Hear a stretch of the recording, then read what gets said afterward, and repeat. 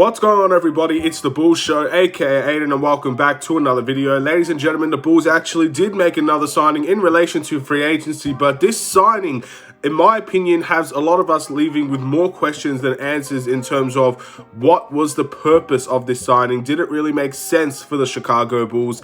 And what does this mean for the future of our team? Now, ultimately, our roster spots seem to be filled at the moment unless we make a trade. We still do have a two-way contract spot available, but ultimately, we signed another guard, ladies and gentlemen. Now, is he an upgrade over some of the guards that we've had? Yes, but is that the position that we really needed? And does he really fix our main core problems? Possibly not. So we'll talk about it. I'm going to try and be as level-headed as I can be in this video, because I know many people will go to, we didn't fix the shooting, it's unbelievable that we didn't fix the shooting, but there might be something more into this that could be even more concerning than just fixing the shooting. But before we get started, please like and subscribe to the Bulls Show, turn notifications on, and let me know in the comments below what are your thoughts of signing another guard in relation to free agency. Ultimately, this also did happen a couple of hours ago. I'm very sorry I couldn't upload a video a couple of hours ago. That's the risk you take when you decide to fall asleep.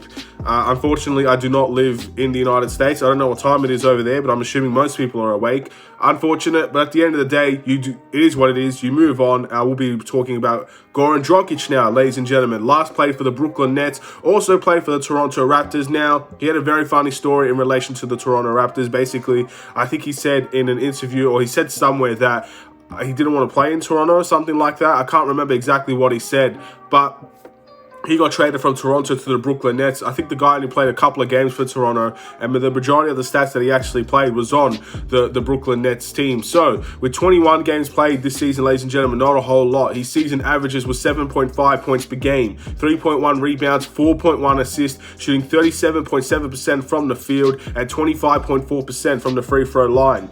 In my opinion, I've always said Goran Dragic is a fantastic veteran guard. I think he still has something to offer at this level. But unfortunately, with more questions being asked than answers, we have so many guards already on this team. Now, I can list the guards for you if you like. Lonzo Ball, you obviously got Zach LaVine is considered a guard. Then you move down to the bench. You got guys like Kobe White, got guys like Ayo Dosunmu, got guys like Alex Caruso, got guys like Dalen Terry, and now obviously we've got Goran Dragic as well. So yeah, very, very interesting in that retrospect. So many guards, not a lot of positions to play these guards in as well. I'm assuming we're going to have to move Dalen Terry to the wing permanently. He has phenomenal playmaking for a rookie from what I've seen, but it does look like he's not going to be playing as a guard for the Chicago Bulls, so you may be able to take him out of the situation. But yet again, there are still so many guards on this team. So that does beg to question, again, more questions than answers. Is someone on the trading block for the Chicago Bulls in relation to that guard position? Is it Kobe White? I don't know. Is it anybody else? I really don't know. And another question that's been asked for the majority of the time, what's happening with Lonzo Ball? A lot of people have been saying on Twitter that this is kind of the Lonzo Ball just in case situation, where if Lonzo Ball is not healthy, at least we got a veteran guard that can play make on this team that might be able to contribute as a starter, as a bench player, whatever the case may be. These are all very interesting questions that we right now do not know the answer to. So that's why I'm trying to keep a level-headed type of approach to this. Is it the best signing that we all wanted? Possibly not. Am I disappointed with this signing? A little bit, but you have to look at both sides. You have to look at the reasons why we might have done this compared to why we might have not done this. If Lonzo Ball was healthy at this point, or will be healthy heading into the regular season, do we sign Goran Dragic? I don't know. If Kobe White was going to stay, Ayo going to stay, Caruso going to stay, Dalen Terry going to stay, do we sign Goran Dragic?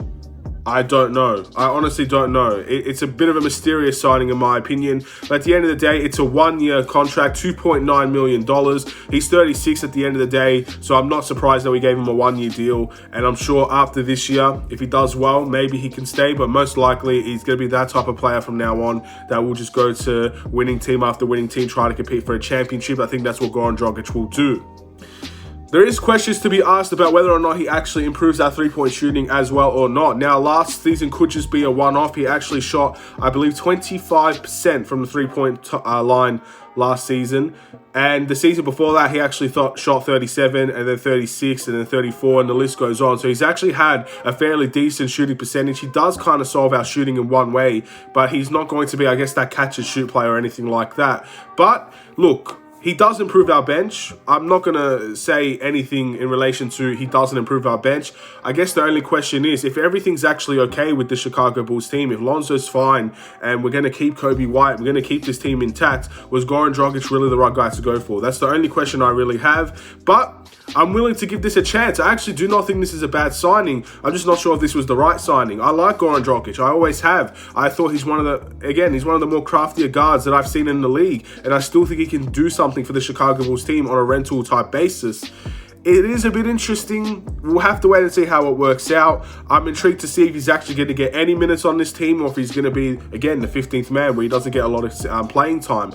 I want to know who's actually going to be out of favor from that guard position, because I can't see us playing 4 guards in one off the bench. I just can't see that happening. So yeah, we're going to have to wait and see. We're going to have to find out what's really happening behind this, and I guess time will only tell. I encourage everyone to be patient in terms of this situation so we can actually figure out. Maybe we get some answers down the line. Maybe this is just a signing for the sake of signing someone. I'm not really sure. Maybe this is just a signing to fill out the roster and he was the best available for what the Bulls wanted. We'll wait and see.